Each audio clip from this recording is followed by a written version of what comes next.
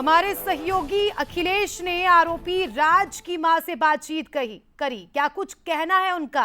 आरोपी राज की मां ने क्या कुछ कहा अपने बेटे को लेकर? बहन ने क्या कुछ कहा, सुनिए। देखिए कि जो राज की आरोपी की मां और बहन इस वक्त घर में मौजूद है। तस्वीरें हैं, साफ तौर पर देखिए कि ये वो लोग हैं और पूरी जो फैमिली है वो यहाँ पर मौजूद है। बातचीत कर लेते हैं हम सीधे उनसे। क्या क्या जानकारी? हमको कुछ जानकारी नहीं मिली। सुबह 6 बजे बता दी। कल परसों के दिन वो घर आया था 6 बजे, उससे यही बात हुई थी। 6 बजे उसने बोला कि 6 बजे आया ना आया, तो मम्मी ने पूछा बेटा कहाँ जा रहा है, खाना खा लेते। बोला मम्मी मेरे को भूख नहीं है, मैं खाना नहीं खाऊंगा। मम्मी ने बोला तू कहाँ जा रहा है? बोलता मेरे कपड़े निकाल दो, मैं मंदिर जाऊंगा। तैयार हुआ, नए कपड़े पहने उसने, जूते पहने। फिर उसके बाद मम्मी ने बोला बेटा कब तक आएगा? तो बोलता आ जाऊंगा मम्मी मैं। और फिर मम्मी ने बोला आ जाएगा बेटा, खाना खाने के लिए आना था। बोल रहा था ठीक है। फिर उसके बाद चला गया। फिर मम्मी ने उसको 7 बजे फोन किया। मम्मी ने बोला बेटा तू कहाँ है? तो बोल रहा था कि मम्मी लेट हो गया इसलिए मंदिर नहीं गया हूँ, शाम ज्यादा हो गई थी तो मैं आ जाऊंगा घर। तो मम्मी ने फिर उसको 11 बजे फिर से फोन किया। मम्मी ने बोला बेटा तू कहाँ है? उसने बोला आप लोगों को कैसे पता चला कि रात को हम फोन लगाए। सुबह गोविंद भैया का फोन आया। गोविंद भैया फोन लगवाए, अपने दुर्गेश भैया काम करते ऑफिस में। उन्हें फोन लगाया कि राज से बात करवा दो, राज को बात करवा दो। तो भैया हम सब जागे और मैं सुहानी को जगाया। मैंने सुहानी भैया का फोन लगा, दुर्गेश भैया का फोन आवे थे। हम फोन लगाए तो मोबाइल बंद बताया। फिर हम विक्की को फोन लगाया तो वो भी मोबाइल बंद बताया। और फिर राज को फोन लगाया, सबका मोबाइल बंद गया। भैया जब से हम रो रहे हैं, हमको पता नहीं चला। राज कहाँ काम करता था? क्या गोविंद भैया के गोविंद के यहीं पे काम? गोविंद के यहाँ भी काम करता था, वही काम करता था। 2-3 साल हुए, 3 साल अभी नहीं हुए, 2 साल हुए। और भैया रात में बुलाते गोदाम में गाड़ी भरवाना तो रात में जाता, दिन में बुलाते दिन में जाता, रात भर वहीं रहता काम पे। कभी जरूरत पड़ जाती तो एक रात वहीं गोदाम में बना रहता। और दुर्गेश भैया भी साथ में रहते थे। और ये बात जो ये बता रहे कि फोन आया करे तो दुर्गेश भैया बोलते जो साथ में रहते थे, हमेशा साथ में रहते थे राज और दुर्गेश। वो बोलते थे कि कभी राज ऐसा नहीं कर सकता, चाहे भैया उससे भी बयान लेना ना। वो बोलता भरोसा हम पे। गोविंद भैया भी बोला कि हमको भरोसा है कि राज कभी ऐसा काम नहीं कर सकता। भैया कभी यहाँ से शिलोंग गया था या शिलोंग जाने? नहीं भैया कभी नहीं गया, कभी नहीं गया भैया, कभी नहीं गया। मैं गाँव, अबे हम गाँव से हमको 8-10 दिन हो गए, 10-11 दिन हो गए आज से।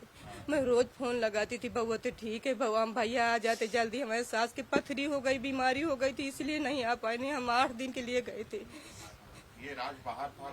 कहीं बाहर नहीं था भैया, कहीं बाहर। और ये बात गोविंद भैया से पूछो, रोज गोविंद भैया के पार्टनरशिप से पूछो, जहाँ काम करते थे। रोज सुबह जाता था, शाम को आता था। कुछ दिनों में 10 से 15 दिन से नहीं भैया कहीं नहीं गया। लेट आया और फोन पे किसी से बात करता हो, ऐसा कुछ आपको अनुमान? अब भैया ये हमको कहाँ से मालूम, हम गांव में रहे, पर फिर भी ये मालूम है भैया कि वो कहीं गया नहीं। मैं सुबह शाम रोज फोन लगाती थी, बउआ कहाँ है, बउआ खाना खाया कि नहीं खाया।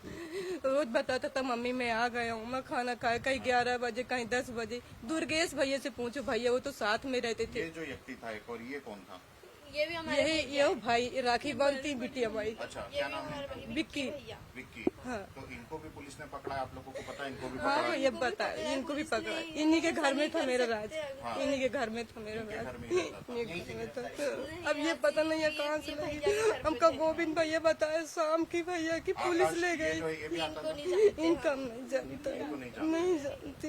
ये कभी नहीं आया यहाँ पर? नहीं कभी नहीं देखा इनका। भैया मोर बच्चे का बचा लियो, सब कुछ करवा रहा थी बच्चा, कभी ऐसा काम नहीं कर। देखिए हमारे साथ ये देखिए ये राज का परिवार था और अभी भी जो राज का परिवार है वो अभी भी यही बोल रहे हैं कि उसकी जो भाई है उसने ऐसा नहीं किया। माँ भी मानने को तैयार नहीं है कि उनका जो बेटा है वो इस तरह से कर सकता है। और इस प्रकार से कि भैया घर पे नहीं है, वो कहीं बाहर है, विक्की भैया के घर पे है, मत रो। फिर मैंने उनको फोन किया तो उनका फोन स्विच ऑफ जा रहा था लगातार। फिर मैंने उनके सारे दोस्तों को फोन किया, कोई फोन नहीं उठा रहा था, सबके फोन बंद जा रहे थे। बाद में किसी और को फोन किया तो वो फोन ही नहीं उठा रहा था, तो हमने थोड़ी देर बाद न्यूज देखी तो पता चला कि दीदी गाजीपुर से मिली। तो मैंने मम्मी को बताया तो मम्मी ने बोला अच्छा हुआ भगवान दीदी मिल गई। थोड़ी देर बाद भैया ने बताया कि वो दीदी गाजीपुर से मिली है, हमारा भाई नहीं मिल रहा था। सोनम दीदी उनसे आप लोगों की बातचीत होती थी? आप लोग कभी मिले थे सोनम? उनसे हम कभी नहीं मिले। खेलने गई थी, नवरात्रि में गरबे खेले थे।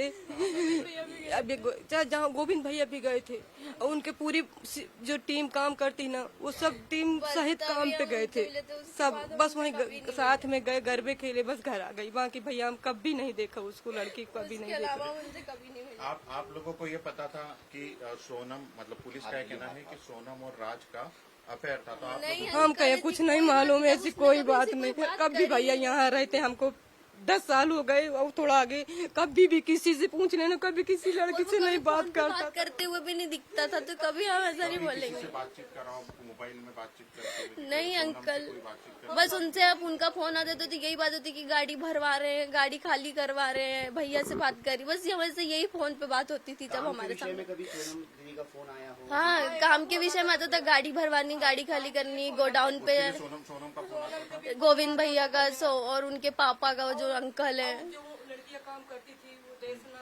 और जो भी दीदी लोग हैं, उन सबका फोन आता था, कस्टमर्स का फोन आता था, बस फोन आते रहते थे उसके। और बस अंकल उसको छुड़वा दो। ये जो एक और दोस्त आप लोग बता रहे हैं, जो विशाल है, ये विशाल कब से साथ में था? वो हमारे भैया हैं, वो भी हमारे साथ रहते हैं। उनकी दोस्ती 4-5 साल से। विशाल कहाँ रहता वो नंदबाग में रहते, वो भी ऐसा नहीं कर सकते, सब उनको गलत फंसा रहे हैं, वो दोनों ऐसा नहीं कर सकते बिल्कुल भी। विशाल के आप राखी बांधते थे विशाल को? हाँ, वो हमारे ये कभी भैया है। जानकारी मिली थी क्या कि विशाल जो है वो कभी बाहर गया हो कुछ दिनों के लिए? नहीं अंकल, वो इतने दिनों से कभी नहीं। क्योंकि ये बता रहे हैं कि शिलोंग में विशाल जो है वो गया। नहीं अंकल, इतने पैसे वाले लोग नहीं है हम कि वो लोग वहाँ चले, वो भी बहुत गरीब लोग हैं, इतनी दूर घूमने नहीं जा सकते। नहीं अंकल, वो भी कहीं नहीं गए, उनकी मम्मी ने बोला वो भी कहीं नहीं गए इतने दिन से घूमने के लिए। विशाल के परिवार वालों से आपकी बातचीत हुई थी? बस उनकी मम्मी से, उनकी मम्मी की हालत बहुत खराब है, वो यहाँ है भी नहीं, कहीं शादी में बाहर विशाल गई भी है। साथ में काम करता था? नहीं, विशाल क्या काम करता था? वो काम नहीं करते थे, उनका एक्सीडेंट हो गया था तो उनकी कमर टूट गई थी, तो उन काम नहीं करते थे वो। तो ये एक और जो तीसरा व्यक्ति है जो कि उस पर पूरे घटना में पुलिस बता रही है, जिसका मैं आपको फोटो भी बता देता हूँ, है ना, आकाश, ये उसका फोटो है। ये कभी आप लोगों ने देखा नहीं था? अंकल, इनसे हम कभी नहीं मिले, इनको कभी नहीं देखा। तो एक और चौथा आरोपी भी है, उसको कभी देखा हो? वो 2 नाम ले रहे हैं, उन लोगों को हमने कभी नहीं देखा। अच्छा, मतलब सिर्फ आकाश, इसकी दोनों की दोस्ती थी? बस ये हम वो हमारे भाई है दोनों, उन लोगों ने कुछ नहीं किया, इन लोगों ने, इनका नहीं पता, इनको भी कभी नहीं देखा हमने। पर ये इतने छोटे छोटे कभी इतना बड़ा काम नहीं कर सकते। विशाल से घर जाता था, विशाल के पास जाता था? हाँ, वो भैया भी कभी कभी यहाँ पे आते थे, वो भी वहाँ पे जाता था, वो वहीं पे इतना सदमा जैसे मम्मी बोलते, उनकी मम्मी को ये बच्चे सब मेरे मम्मी बोलते, वो राखी बांधती हैं बिटिया। कभी कभी राज वहीं सो जाता है। वो लोग ऐसा कभी नहीं राज करते। कहाँ तक पढ़ा है? वो 10वीं पढ़ा, 10वीं पढ़ रहा था, उसके पापा शांत हो गए तो 10वीं का पेपर देके काम ही कर रहे थे 2020 में। 11 मई को। ये अब जो पुलिस कह रही है, इस पे आप लोगों का क्या कहना है? ये सब झूठ बोल रहे हैं पुलिस। ये न्यूज देख देख के मैं पागल हो रही हूँ। मैं भैया बोल रही हूँ सही में, इनको तीनों को जहर दे दोगे, जहर खा के मर जाऊंगी।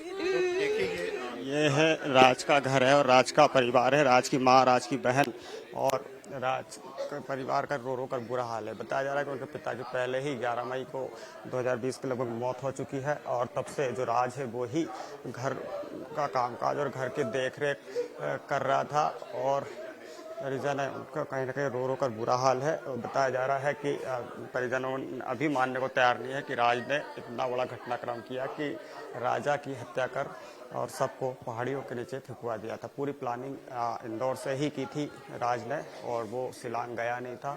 तो ये तस्वीरें ज़रूर दिखाना चाहूँगा कि ये तस्वीरें है राज और उसके पिता की साथ में और उसके बाद यहाँ पर जो दूसरी तस्वीरें हैं वो भी दिखाऊंगा कि वो पूरा जो परिवार है उनके साथ जो राज है वो दिखाई दे रहा है। 2 बहनें हैं घर में, एक 10वीं पढ़ती है और एक 12वीं पढ़ती है और जो माँ है वो ही अब जो इन दोनों बहनों की देखरेख कर रही है।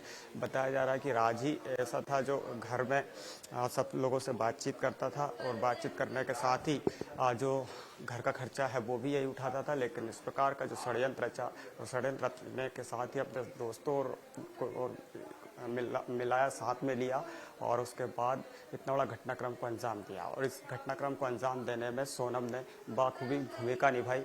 सोनम ने ही राज को उकसाया था कि जो राजा है उसकी हत्या कर दी जाए, क्योंकि वो राज से शादी करना चाह रही थी अपने से 5 साल छोटे लड़के से। तो इस प्रकार का जो घटनाक्रम हुआ और उसके बाद कहीं ना कहीं पर जाकर अब पुलिस ने इस पूरे हत्याकांड का भंडाफोड़ दिया है।